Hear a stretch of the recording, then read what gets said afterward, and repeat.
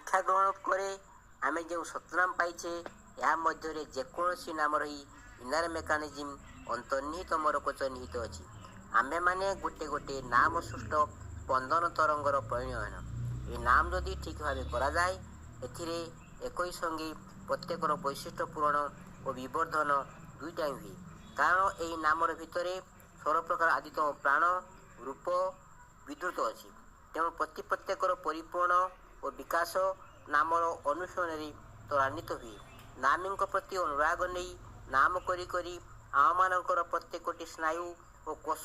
सृष्टिर कारणस्थल संगे एक तरता लाभ करे तेणु कारणस्थल किपरि भावे सूक्ष्म और स्थूल रूपांतरित हुए स्थूल किपरि भावे सूक्ष्म रूपांतरित हुए ताहा आम स्पष्ट गोचर को आसे यही बोधमान है दर्शन और प्रत्यक्ष अनुभूति जो मानकर जीवन में सामग्रिक चेतना जागे से ऋषित्व लाभ करती या भित्ति करी विश्व ब्रह्मांड व्याख्या करा जाए।